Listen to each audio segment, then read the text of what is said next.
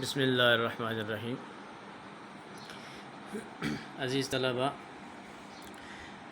آج ہم پڑھیں گے انشاءاللہ مختصر سوالات کے بارے میں۔ یہ پچھلے تقریباً 5 دنوں میں 5 لیکچرز دیے گئے ہیں۔ یہ سورہ بقرہ اور یہ سیکنڈ ایئر کا جو کورس ہے ہمارا اسلامیات اختیاری کا، اس میں نمبر وار یعنی لیکچر نمبر 1 تھا تعارف قرآن، اور اسی طرح 5 لیکچرز ہیں۔ تو آج میں چاہتا ہوں میں آپ کو ان سے متعلقہ کچھ مختصر سوالات لکھا دوں، آپ لکھ لیں یا سن لیں۔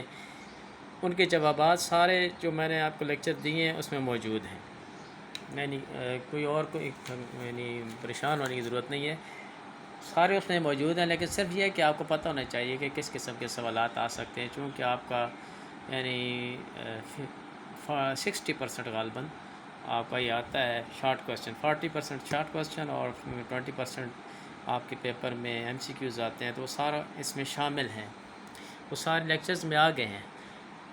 تو سب سے پہلے ہم پڑھیں گے لیکچر نمبر 1 تعارف قرآن۔ تو اس میں کچھ سوالات ہیں، مثلاً جو سوال آ سکتے ہیں یا بار بار پچھلے امتحانوں میں آتے رہے ہیں کہ قرآن پاک کے لغوی معنی کیا ہیں۔ قرآن پاک کا نزول کب شروع ہوا؟ وہ کون سی رات ہے جس میں قرآن پاک کو اللہ رب العزت نے نازل فرمایا؟ قرآن پاک کے چند صفاتی نام لکھیں۔ قرآن پاک کے کتنے ایسے نام ہیں جو خود قرآن پاک سے ثابت ہیں؟ باقی یعنی مختصراً قرآن پاک کے کل پارے، منازل، صورتیں، رکوع، آیات، سجدے کتنے ہیں؟ اس بارے میں یہ سارے الگ الگ سوال بھی پوچھا جا سکتا ہے کہ ایک چیز کے بارے میں بھی اور 2-3 چیزیں پوچھی جا سکتی ہیں۔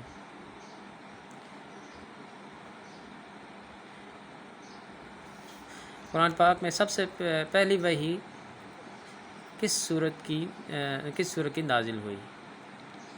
پہلی وحی کی 2 آیات ترجمہ کے ساتھ لکھیں۔ قرآن پاک کا مکی دور کتنا تھا؟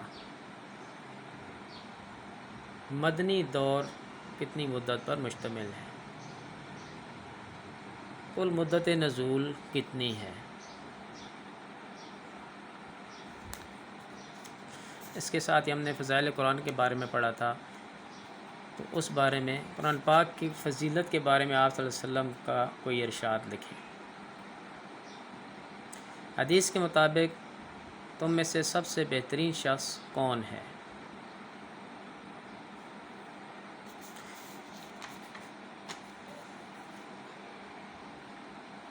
قرآن پاک کی تاثیر کے بارے میں 4 سطریں لکھیں۔ تو یہ تھا لیکچر نمبر 1 تعارف قرآن، اس کے چند اہم میں نے آپ کو کویشچن لکھوا دیے۔ لیکچر نمبر 2 ہمارا تھا وحی اور اس کی اقسام اور نزول وحی۔ اس بارے میں جو اہم سوالات ہیں، نمبر 1 وحی کا لغوی معنی لکھیں۔ شرعی اصطلاح میں وحی سے کیا مراد ہے؟ وحی کی کتنی اقسام ہیں؟ سلسلۃ الجرس سے کیا مراد ہے؟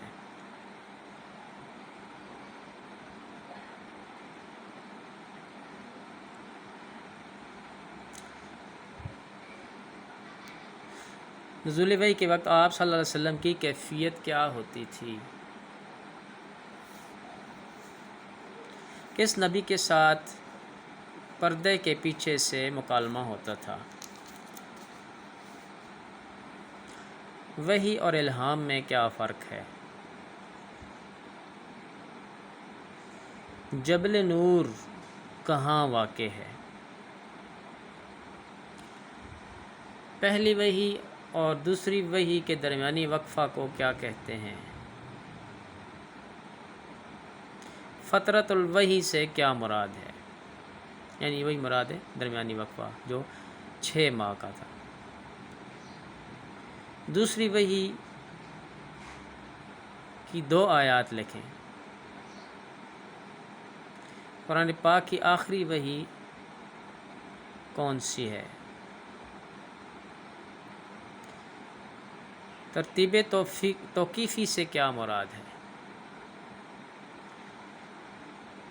قرآن پاک کی موجودہ ترتیب کون سی ہے؟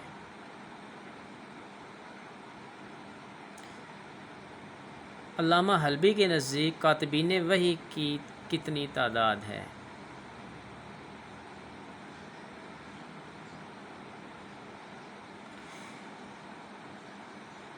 مکی اور مدنی صورتوں کی تعریف کریں۔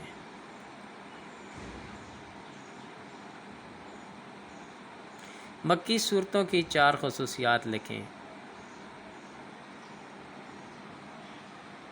مدنی صورتوں کی 4 خصوصیات لکھیں۔ تو یہ دوسرا لیکچر تھا۔ تیسرا تھا ہمارا جمع اور تدوین قرآن پاک یا حفاظت قرآن، یعنی قرآن پاک کو اکٹھا کرنا اور کتابی شکل دینا۔ اس کی چند سوالات سن لیں یا لکھ لیں۔ قرآن پاک کی حفاظت کا ذمہ اللہ نے لیا ہے، آیت لکھیں۔ یہ وہ آیت آئے گی اِنَّا نَحْنُ نَزَّلْنَا الذِّکْرَ وَإِنَّا لَهُ لَحَافِظُونَ۔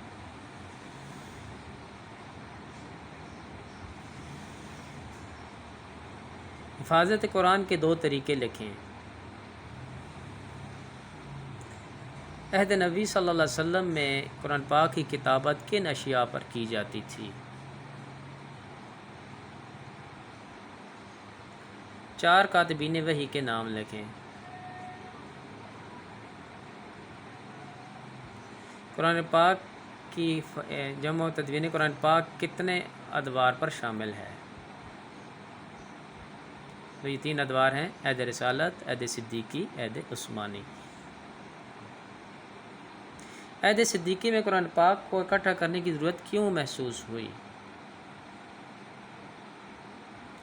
جنگ یمامہ کس کے خلاف لڑی گئی؟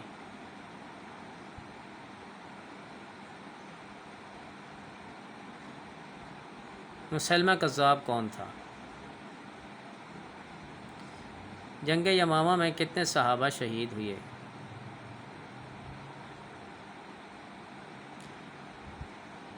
جنگ یمامہ میں جو صحابہ شہید ہوئے ان میں قراء اور حفاظ کی تعداد کتنی تھی؟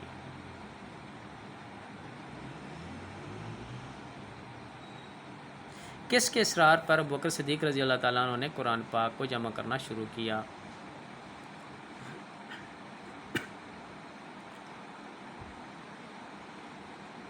قرآن پاک کو جمع کرنے کے لیے کس صحابی کو مقرر کیا گیا؟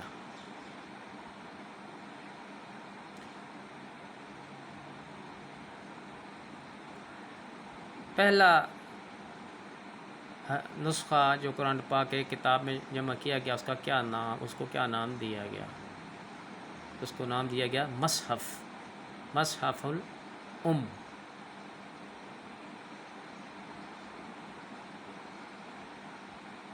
آگے عہد عثمانی کے بارے میں سوالات ہیں۔ عہد عثمانی میں کس صحابی نے حضرت عثمان رضی اللہ تعالیٰ عنہ کو قرأت کے اختلاف سے آگاہ کیا؟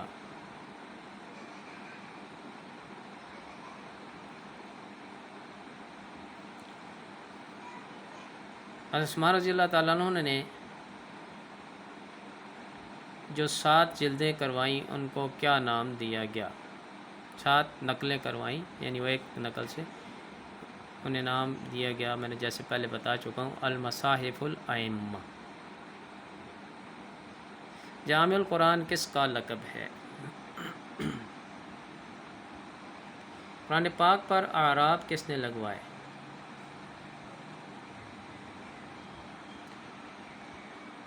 تحریف سے کیا مراد ہے؟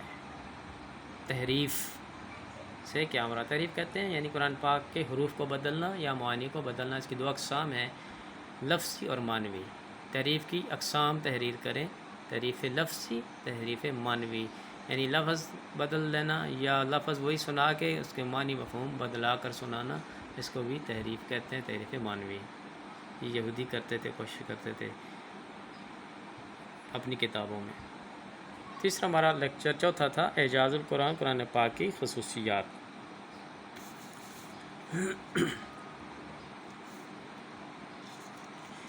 اعجاز القرآن سے کیا مراد ہے؟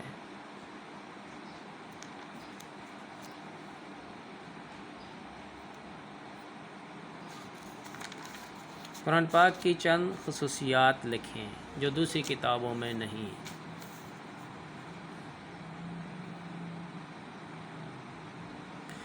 قرآن پاک کس کس لحاظ سے معجزہ ہے؟ تو یہ سارے وہی پوائنٹ آ جائیں گے جو 10 پوائنٹ میں نے آپ کو لکھائے تھے قرآن پاک کی خصوصیات۔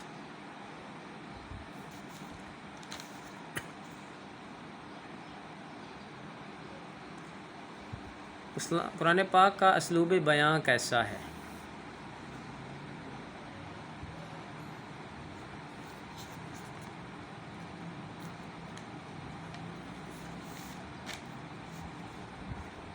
آگے ہمارا لیکچر تھا 5واں سورہ بقرہ کا تعارف اور فضائل اور اہم مضامین۔ البقرہ کے معنی تحریر کریں۔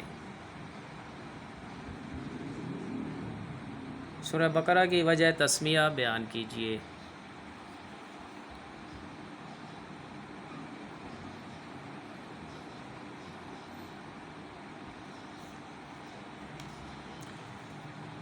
سورہ بقرہ مکی صورت ہے یا مدنی؟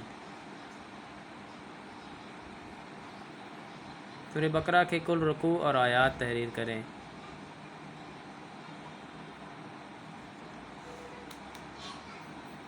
قرآن پاک کی طویل ترین سورت کون سی ہے؟ قرآن پاک کی افضل ترین آیت کون سی ہے؟ تو یہ آیت الکرسی ہے۔ آیت مداینت سے کیا مراد ہے؟ سورہ بقرہ کی آخری 2 آیات کی فضیلت بیان کریں۔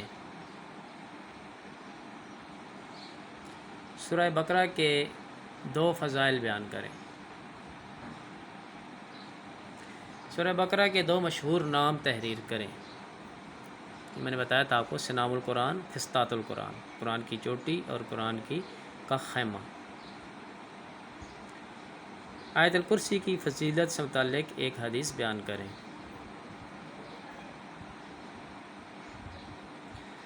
سورہ بقرہ کے چند اہم مضامین تحریر کریں۔ تو عزیز طلبہ، یہ ہمارے جو 5 لیکچرز تھے، تعارف قرآن، وحی، اس کی اقسام، جمع تدوین قرآن، اعجاز القرآن وغیرہ، اور سورہ بقرہ کا تعارف اور فضائل، اس سے متعلقہ یہ اہم سوالات تھے جو میں نے آپ کو لکھا دیے، اور جواب سارے ان لیکچرز میں دیے گئے ہیں۔ جو میں نے آپ کو پڑھایا سنایا، جوابات سارے اس میں موجود ہیں۔ جو ایک آدھ نہیں تھا میں نے آپ کو اس لیکچر میں بتا دی ہے۔ تو آپ نے کوشش کرنی ہے کہ ان سب کو زبانی یاد بھی رکھنا ہے، ٹھیک ہے، کیونکہ آپ کا زیادہ جو شارٹ کوشچن آئیں گے اور ایم سی کیوز، تو اس لیے یہ اس کو یاد رکھنا ضروری ہے۔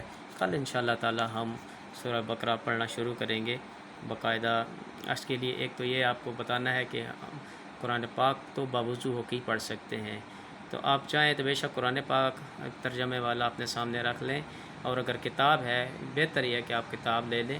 تو کتاب بھی چونکہ ہے تو قرآن پاک ہی اس میں، تو اس لیے وضو جو ہے ویسے بھی آج کل گرمیاں کو وضو کرنا مشکل بھی نہیں ہے، تو آپ کوشش کریں جب اس کو سنیں لیکچر کو، تو آپ باوضو ہو کے کتاب پکڑ کے ساتھ ساتھ، کیونکہ پکڑنا ہے جب آپ نے مس کرنا ہے، قرآن پاک کو ٹچ کرنا ہے، تو اس کے لیے وضو شرط ہے۔ سننے کے لیے تو شرط نہیں ہے، لیکن ہاتھ لگانے کے لیے شرط ہے۔ لا یمسہ الا المطہرون لکھا ہوتا ہے قرآن پاک سے پہلے، تو اس کی آپ نے کوشش کرنی ہے، اور روزانہ کا کام روزانہ آپ نے کرنا ہے، اس کو بار بار پڑھنا ہے انشاءاللہ، تو پھر یہ انشاءاللہ اللہ تعالیٰ آسانی کر دیں گے ترجمہ یاد کرنے بھی اور تفسیر بھی۔